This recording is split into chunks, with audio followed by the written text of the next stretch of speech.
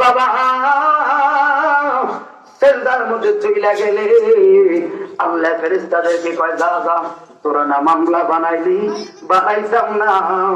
আর ভাইয়া দেখ নূরপুরে পূর্ব পাড়া গৌসুল আজম জামে মসজিদের সমাজে মসজিদে দাঁড়ায়া জানালা দিয়া তাকাইবি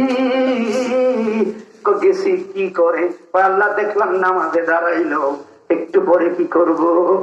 দেখলাম আস্তে আস্তে রুকুর মধ্যে যায় কি করে রে ওই সুবহান রাব্বিয়াল আযীম এরপরে কি করে ওই আবার দাঁড়াইছে এটা ভালো করে লক্ষ্য করিস এটা ভালো করে বসনে রে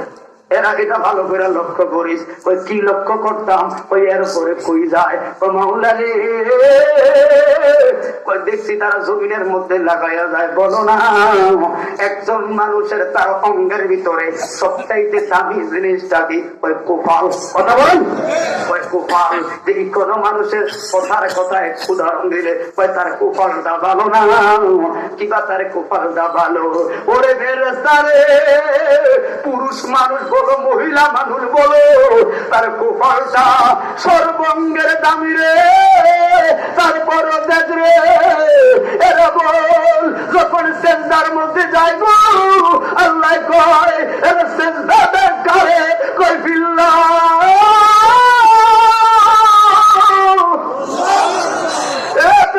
তোরা বলো না আমার যে সেজদা দেয় এরা কি আমারে দেখছিনি কয় না এরা আমার বন্ধুরে দেখছিনি কয় না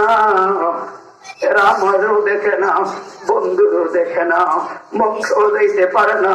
মদিনাও যাইতে পারে না শুধু কালিয়াপুরে পিসাবদের মুখে শুনছে